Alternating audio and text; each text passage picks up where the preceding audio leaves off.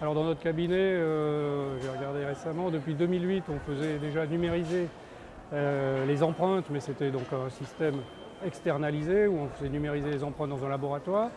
Et en fait, vraiment avec des empreintes numériques et le flux numérique global, c'est à partir de fin 2013, début 2014 en couleur, et là depuis, avec tous les ans, un investissement supplémentaire.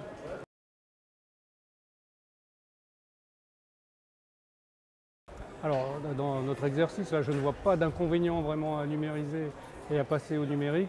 Et maintenant, les outils ont vraiment beaucoup évolué. Autant au début, c'était plus contraignant, plus long, avec quelque chose qui rajoutait un petit peu de la contrainte. Et maintenant, c'est plutôt l'inverse, hein, c'est-à-dire qu'avec le numérique, on va être beaucoup plus efficace, plus rapide, et avec des outils qu'on ne possédait pas précédemment, avec des outils classiques, de l'alginate, du plâtre, et vraiment de ce côté-là, ça a complètement révolutionné notre pratique. Et tous les mois, tous les 6 mois, disons, il y a une évolution supplémentaire. Et là, vraiment, chaque fois, c'est un plus qu'on doit pouvoir apporter à nos patients, mais aussi à notre organisation, à nos assistantes. Et au niveau du travail, ça a vraiment beaucoup fluidifié le travail et intéressé même tout le monde au traitement pour le patient, le résultat étant pour eux essentiellement.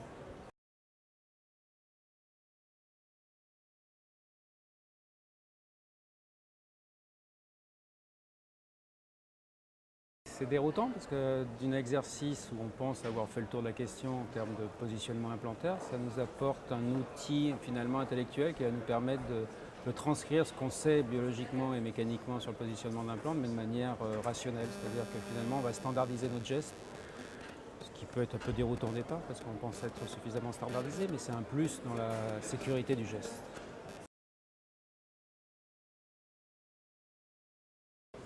Alors j'allais dire oui et non, il y a un surcoût parce qu'il y a des images radiologiques qu'on ne fera peut-être pas forcément sans la planification. Il y a un surcoût parce qu'il y a le guide chirurgical. Mais finalement, il y a un raccourcissement du temps opératoire. Donc si on a un temps soit peu équilibré, on va diminuer le coût global de l'intervention qui va largement compenser, voire même favoriser le patient par rapport à un coût classique. Donc il n'y a pas de surcoût, il y a au contraire même une décote du coût par rapport au temps gagné opératoire. C'est de l'ergonomie.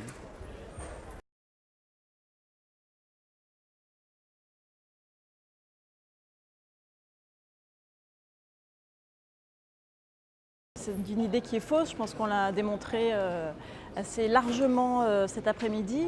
Le numérique, ce n'est pas une fin en soi, c'est plutôt un outil qui va nous aider dans notre planification et qui va en rien nous détourner de nos objectifs esthétiques.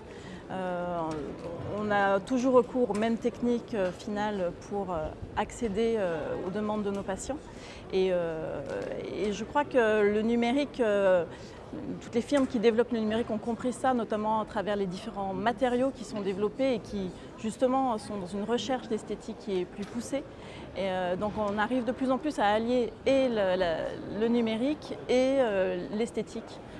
Même si les techniques conventionnelles restent bien entendu dans ce domaine-là inégalables.